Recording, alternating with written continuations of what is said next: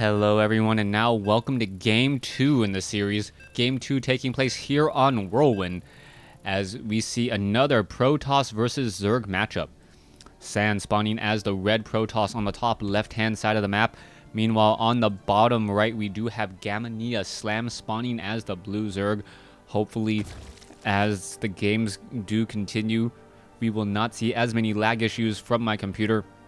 Not quite sure what it is about this version of the map that causes my computer to lag or the replay files to not quite load correctly. Anyways, PVZ on Whirlwind, a map that just screams for a lot of macro. This is going to be one of those cases where I do believe this is going to be a very macro intensive game, but I'm also curious as to what exactly we're going to be seeing from San. San in game 1 pretty much knew every step of the way what he needed to do. It looked like a variation on a 2-base all-in, and when he also saw that his opponent didn't establish up his third, he decided to go for a little bit of harassment instead. Now, the probe is going to be scouting out rather quickly. It will find his opponent here or not here in just a moment, and now make his rounds to the bottom right-hand side of the map. So far, Slam has yet to place down a spawning pool or a hatchery, but I do believe it will be a hatchery first, as hatchery first is very, very common on a map like Whirlwind, just because 9 times out of the 10 you can get away with it. Coming in from our Protoss friend here, we are going to be going into a forge first, and as soon as this probe scouts out and sees that there is in fact a hatchery here, he's just going to quickly place down a nexus before finishing off this wall. He knows that he has plenty of time to do it. He knows that there is a lot of walking distance between here, as now we see proxy pylons are being set up. There you go. This is going to be a huge play. 3 pylons already set up here. What is this hatchery going to do? If he cancels this hatchery, all his opponent needs to do is just end up canceling all of these pylons here. This pylon may even be canceled as well. No, yes, it is going to be canceled just as well. So it is only a very minimal investment here. 50 resources lost, but this is not much of a concern for San. San knows that he's going to be in a very, very nice situation here in just a moment. This photon cannon is about to be completed. What, 7 more seconds here? Meanwhile, the hatchery here. And what Slam is doing is he's making sure that the photon cannon has to be completed. There is the quick cancellation, as Slam now going to be backing away. And with that, Slam actually coming out slightly ahead. He's only lost 75 resources, and you may be thinking to yourself, all right, he lost 75. But at the same time, this investment here is rather large. This pylon, this photon cannon, all of those things are not cheap, especially at this stage in the game. And when you are forced to invest and spend those minerals there, something else generally gives. However, it was not probe production, as we now see San does have a probe advantage, 21 compared to 18. And the loss of larva is really what is hurting Slam right now. There you have it, 1 pylon, 1 photon cannon. A queen could make its way down in just a moment in order to try and take down this one particular pylon. Will Slam try and set up 4 bases fairly quickly? He could easily turn this base into a pure gas geyser only, but Slam has really, really stretched himself thin. He's not going to be able to defend both bases that quickly, as the queen making the very, very long walk over to this second base here, which would normally be either your 3rd or 4th. Taking a look at what San is doing now, he is not going to be following up that pylon play with anything too drastic. He is just looking to get his economy up and running. We are both sitting on 2 bases here. Slam has yet to saturate this 3rd base, and he really needs to get some more minerals in order to get these queens down. If he is able to stay in play for a little while longer, If he is able to just continue to drone up for another 2 minutes or so, he's going to be coming out smelling like a rose, knowing that he is on top of the economic game and perhaps will be able to macro up a large enough army. Coming back down over here, you can see the original queen who did get an inject off over here, now finally making its way here as well, getting off another inject. Perhaps should lay down a creep tumor and start connecting these bases, as he's not going to be able to get movement speed altogether that quickly, or if he does go for roaches, he wants that creep highway. The roaches will also clean up the pylon and the photon cannon action there. Now, taking a look and coming back inside the main base of San. San hasn't really tipped his hand as of yet. He's just been getting a lot of probes and getting up a very strong economy. He hasn't gone for that Stargate. He hasn't gone for anything that really shows what San's strategy is. You can see that there is 4 gateways here, but the gateway units are not going to be enough to handle Zerglings and maybe roaches, which Slam could get in just a very quick moment. There is, however, a scouting overlord that sees these 4 gateways, and he may be expecting a very heavy gateway push. More importantly though, we do have a Stargate coming in right here at the natural expansion. This Stargate should in fact be training up Void Rays, I would believe, as the Stalkers. Oh, the Stalker is going to have a very bad day. The Stalker is slightly, about the same speed. Metabolic boost not yet done, as the Mothership Core now making its way over. And the Mothership Core can take down so many Zerglings without any fear whatsoever. Alright, Zealots now pressuring this third base here. We're going to see a Stalker and a Mothership Core pressuring the main base, and that's exactly what needed to be done. Slam has spread himself extremely thin, and he is actually baiting San to actually over-engage here. The drones are all now backing away. The Zerglings acted as a little bit of cover, as the Zerglings now going to try and engage. This could be very bad here, as the drones, what are they doing? Mothership Core, this is not a good fight at all, and the drones are now simply going to fall. Banelings are going to be hitting their targets and taking out a good number of Zealots. Those were some beautiful Baneling hits there, and if this one Baneling, yes, finishes off the rest, it looks as though Slam is going to fend off this attack fairly easily, but without enough creep tumors, he is not going to be able to really defend against this Mothership Core. New Zerglings are now coming in. You can see Zerglings and Zerglings still being swarmed up here. The drone count is 48 probes versus 44 drones, as more Zerglings look to finish it off. The Queen now needs to try and engage. Zerglings coming in, and down goes the Mothership Core.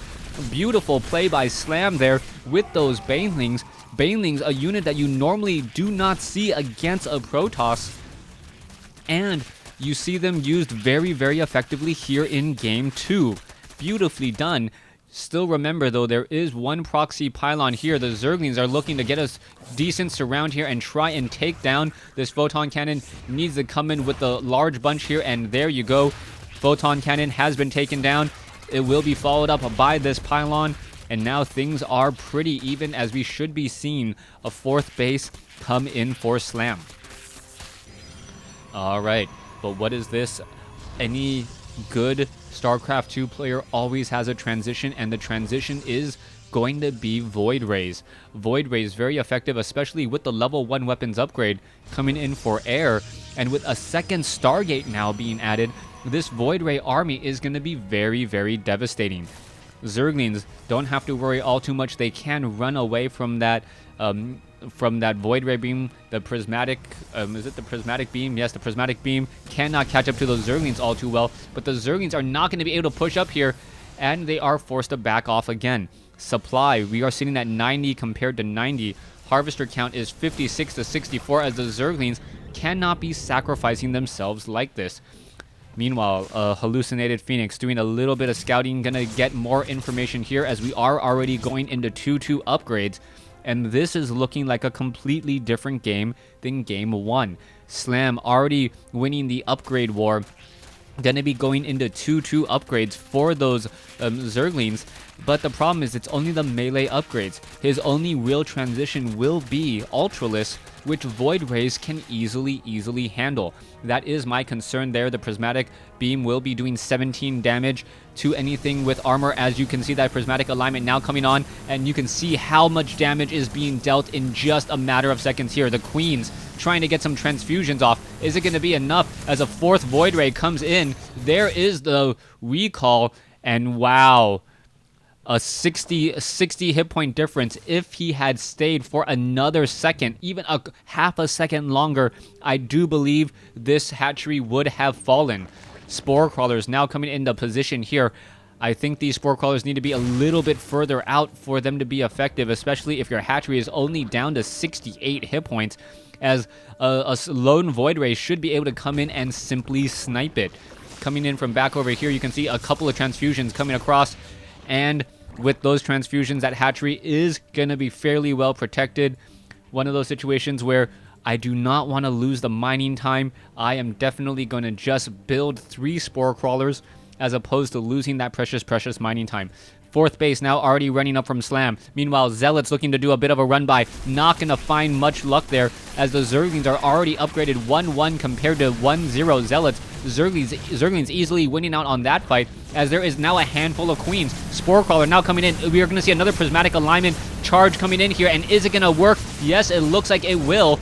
Down goes 1 base, and a beautifully hit, as it does cost 1 Void Ray. Zerglings now trying to come back around as well. Let's see, the Mothership Core took a bit of damage earlier, and it does have enough for another mass recall. More Zealots now coming in, 129 versus 120 supply, and this is a beautifully played game by both sides. There's that Ultralisk Cavern, which was my concern. Is it actually gonna be strong enough to break down the solid defense? Archons are in position, but Archons and Ultralisk are a bit of a trade-off now, as the Ultralisk does deal a lot of damage to Archons. Back in Wings of Liberty, Ultralisk only dealt additional damage to armored units, while the Archons always did full damage, since Ultralisks are biological. That is no longer the case. Ultralisk did get a major buff in Heart of the Swarm, and with that, it is more of an even trade, Archons versus Ultralisk. The real difference is going to be the fact that the Archons most likely do not have any shield upgrades, meaning they will be taking full damage from an Ultralisk, while an Ultralisk with their very heavy armor will take greatly reduced attacks from those Archons. Let's see what's going to be following this up. Zerglings now trying to run around the corner, trying to shut down this base here. It is not going to be effective whatsoever. The Zealots already in position with 2-0 upgrades, as we are now going into 3-3 upgrades and also going into Vipers. This is exactly what we needed to see from Slam, getting those spellcasters out, and this is just the natural progression. You can see the Zerg creep slowly making its way out across the map, and this is going to make these Queens much more dangerous. I've said it in the past, and I'll say it again. These Queens are essentially like Goliaths in Brood Wars. As long as they are fighting on creep, they move relatively fast, except they also can heal. These are Goliaths that can heal any other unit on the field, and they do have good anti-air, so this is exactly what Slam is going to be doing. He's going to be moving out with these Queens, these Ultralisks, and Vipers, and hoping to pluck units away. Evolution Chambers are being sacrificed. I'm not quite sure why they're all deciding to feast on the same Evolution Chamber. You should probably try and change that up. And when you can feast on different Evolution Chambers, you will get up to maximum energy really quickly. This one Viper, yep, now needing to start to feast, as well as more Evolution Chambers are coming into play. Ultralisk now making their way over, and this will be the last one, as Evolution Chamber buffet ready for these Vipers whenever it is needed. We are seeing at 197 versus 184. Perhaps Gamma Bears of Slam was practicing and talking about a PVZ here in order to figure out with Sen, in order to figure out what to do. The problem is San has a very scary army. 8 Immortals and also 7 Archons. This is perhaps the exact composition that you need in order to shut down mass Ultralisk. The problem will then be the Queens. if the queens are able to there to constantly transfuse, those transfusions heal at an enormous rate. If you once thought that Ghost Snipe was so much damage being healed so quickly, you should see how quickly a queen can transfuse an Ultralisk army and how much damage they can absorb in just a matter of seconds. The problem will be, will the Vipers land their hooks, their abducts, and is it going to be enough? We are going to see this engagement now. Here we go. The Ultralisks are coming in. Oh, are we going to see a transfuse? Come on. There you go. There's the transfuse, pretty much already back up to yellow hit points when he was in the red just seconds ago. More creep tumors do need to be placed down, as this army is going to be making a bit of a slow push. There you go. Oh, no abducts. Not quite sure why. The abducts would be huge. And there you go. There's some feedbacks. There's the mothership core. And it does get taken down by mass queens. A beautiful play there, as we now see more transfusions. Or coming down. Okay, what is going the Archon do? There's some Archons. There's some plucks. There goes a couple of Archons in just a second or so. This is a massive battle, as we now see more both sides continuing to fight. The Vipers need to engage. They are not engaging, and the Queens fighting off of creep, just simply taking too much damage. The Ultralisk leaving the Queens to die, and this fight, which was looking so good for Slam, all of a sudden just completely falling apart. We are now up to 4 bases by both sides. And with that, 4 bases on both sides, Sand is just going to be able to move forward with his army. The problem, there is no real proxy pylons, and reinforcements will be at a really be slow incoming. Here we go. Are we going to see the Zerglings engage? Yes, we are. This is a very tight ball. Ultralisk now coming in from behind as well. Stalkers trying to survive this. The Queens are now coming in as well, and the Immortal army is just going to get absolutely destroyed here. Immortal is unable to focus fire because of that blinding cloud, and there it goes. Beautifully done, as a Stalker is going to get taken down there. All right, the army, 177 versus 116. Sand really overcommitted into that fight. Perhaps he did not believe Slam had enough in him to actually win out a battle, and he took that battle in absolute style, just completely surrounding his opponent. Here we go. Ultralisk now making their way over, gonna destroy that base before it gets up and running. There goes a probe as well. And Kaiser Blades doing 44 damage per attack. Very heavy damage compared to the 47 damage of the Psionic Shockwave.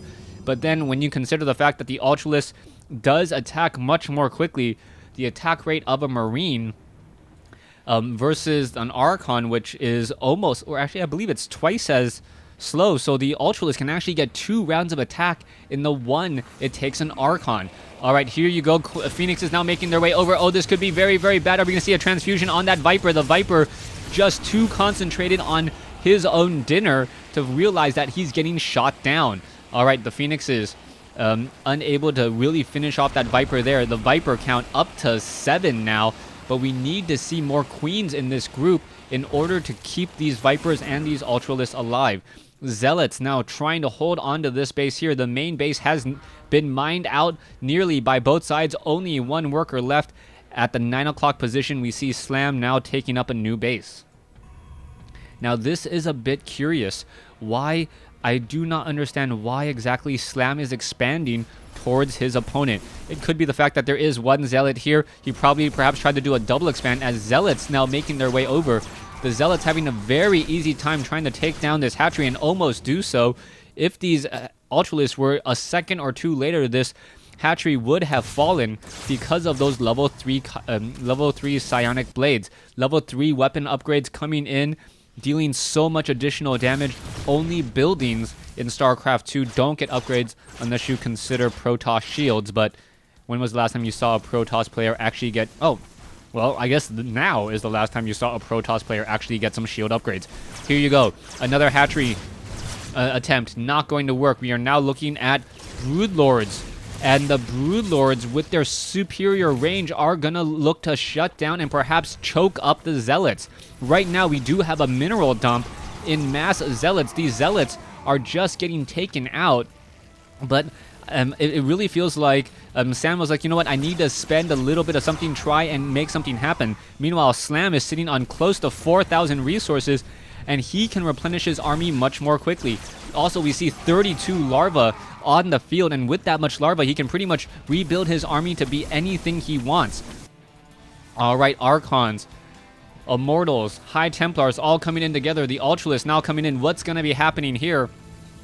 as this base may be falling and falling fairly quickly. Back over here, you can see that there is one Phoenix, and the Queens are now finally coming over to try and protect that Phoenix. The Phoenix does have a range of 5, and here you go. There's the engagement. This is a really, really bad spot for Slam, and as we see Sand now coming in, there is a whole bunch of feedback coming down as the Ultralists are too focused to take down the main army. And what is this? Slam now losing much of his army, being forced to rebuild it and now head back home. The Void Rays have used their prismatic alignment. They are not going to be able to deal extra damage to these Ultralists, but the Ultralists have nothing to protect them from those Void Rays.